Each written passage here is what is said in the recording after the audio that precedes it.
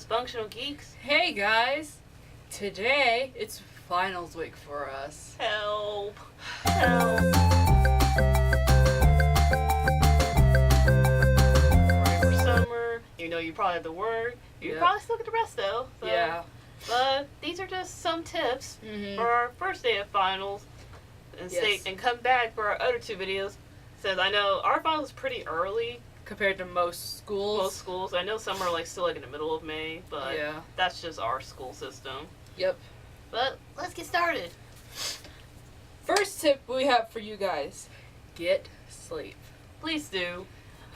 We know you have that one final that you're like, I need to study. I need psychology. Geology. That you need to study for. That you're like, I need to stay up all night.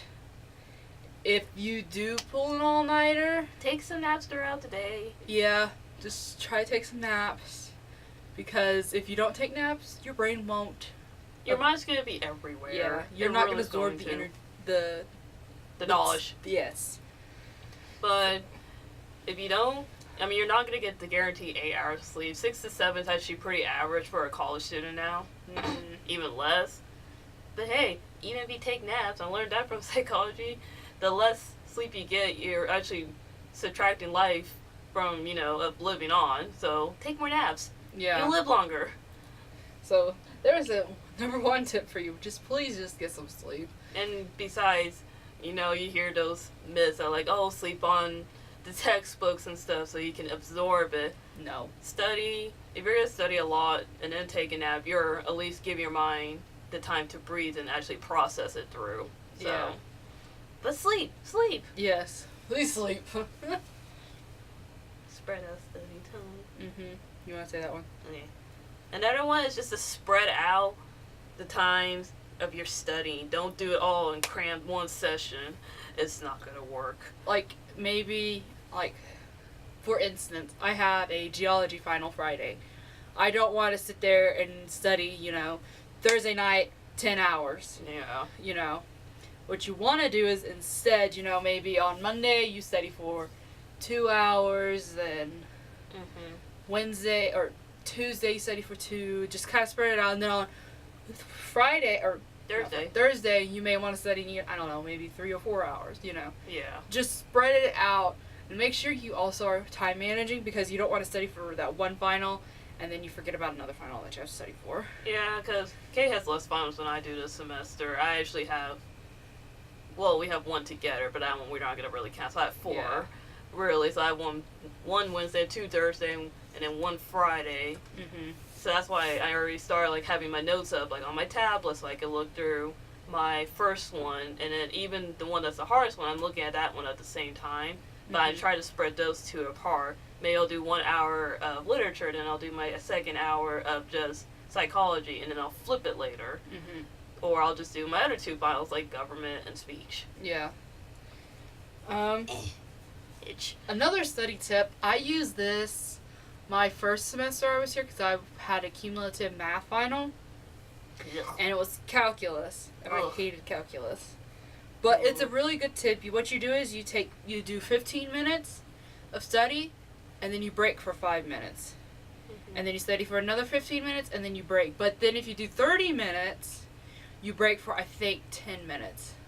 I think so. Yeah, if I remember correctly. So it's either you do 15 minutes and then 5, or you do 30 minutes and then 10-minute break. And what that does is just kind of gives you time to help absorb, what you just read, and set a timer for yourself when you do that. Yeah. Just don't go, okay, 10-minute break, and then an hour later, I should have been studying, Have your alarms on, have your timer going.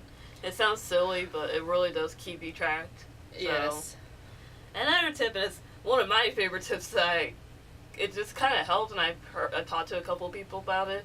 If you're one of those people that studies in your bed because you don't like going to the library, I'm not one for that either. I like going to the library sometimes, but some stuff you just want to stay in bed. If you're going to stay in bed, keep your shoes on. It sounds silly, but you're most productive because you're walking around the day, you're doing errands and stuff with shoes on. if you keep your shoes on in bed, then you're going to be more likely to do stuff. Mm-hmm. And ladies, even a bra. Yeah. Keep a bra on.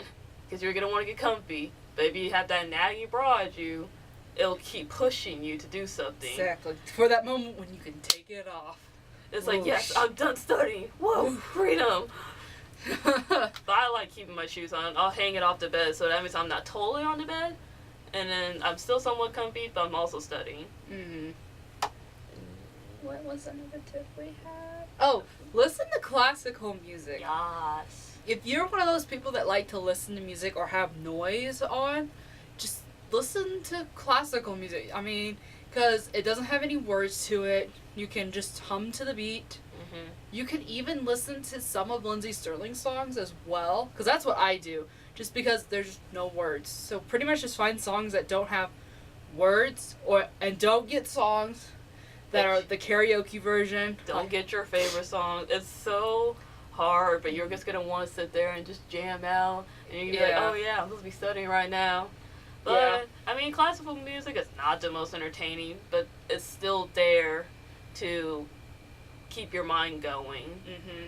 So you're not just sitting there in dead silence, bored. Yes. I mean, unless you're one of those people that doesn't like any sound. I like having either music or a TV on. If I'm watching TV, I'll just leave it on something I don't like. Yeah. It's still noise, but it's something I'm not going to want to pay attention to. Exactly. So. And then another tip, and this is probably the most basic tip, but everyone should know, note cards and highlighters. Yeah. I've started to now just go into note cards because government kicked our butt the first test. But I love using highlighters and also colored pens. If you're one of those people that usually just write like in black ink, it gets so boring to me. Because it's just like, it's like reading a textbook. So you're just like, it's like, oh, it's just the same thing over and over again.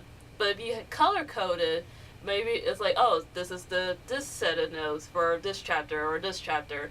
Then you can start study by colors or highlighters if you're allowed to, highlight the book. Yeah. Because I know with literature, I've done a different page, a different set of poems or stories in a different color. So I don't get them mixed up because my notes run into each other all the time. So it's easier when I go in there for a different day and I can study it differently. Also, I heard a tip. I haven't really tried it, but I've heard rewriting your notes help. It kind of does. I kind of tried that one with psychology. That one helped a little bit. It sounds weird, but... And it sounds like, oh my gosh, I have to rewrite these again. It sucks if you're like sitting there like, yes, I know this definition by now, but that means you know it then. Mm-hmm. If you do it maybe 2 or 3 times of rewriting it, it sucks. Mm-hmm. But if it's like definition-wise, then I would say go for that. But if it's a class more literature-based or even math-based, I wouldn't suggest doing it over and over again. Math, you're going to have to do a problem that's different from it. Yeah. So that's just a little tip. And our last one is just try to study without any distractions. But if you're one of those people that have to have noise, then like what we said, put music on, turn on a TV show that you don't like, just something like that. But if you don't like distractions, I mean, like our dorm, we have a study room right there. Some people will go to the balcony, some go to the library. Our library has study rooms. Yeah. And even then, you can get with a big group and study in the giant big group. And some people just sit there in silence, so it's helpful. So, I mean, it's really, with that one, it's whatever your preference is, but hey. These are just some tips to help you study. So. Oh, another fun one, because I just thought of this one because psychology-wise. I've had 2 psychology teachers who've done this. If you're gonna study and you're doing this in class, I know some people are gum chewers, like me. If you chew the same gum that you were listening in class, and you do the same gum when you're studying, you'll have that memory, that scent, and the flavor of it while you're taking your test. I've heard of that, and I've heard of eating a banana. And I've heard drinking water. I've done the drinking water one, and that seems to help. Yeah, I like chewing, like, mint gum and water. So it's like a minty water. And then I've had 2 psychology teachers before a test, they'll give you chocolate. It's just calming. So if your teacher allows food in the room, I say bring chocolate. Because the one teacher I had in high school, she had given us chocolate once during class, and then we had it again when we took our test, and that helped. That's good. It's just like a little fun, like, mind trick. Mm-hmm. I don't say eat all the chocolate ones or all the gum at once. Yeah. I would try to maybe different flavors if you're one of those people. It doesn't really affect me. I chew the same gum, like the gum flavor for same classes, so that's just a fun tip. Yeah. But those are our finals tips, so Woo. Good luck on your finals, guys. Wish us luck. Please. I don't want to die. We just want to live. We want to survive. I want to make it to the end of the semester. But like this video, give this video a thumbs up, share this video with your friends. Maybe they need college tips, so. And we'll see you guys later. Bye.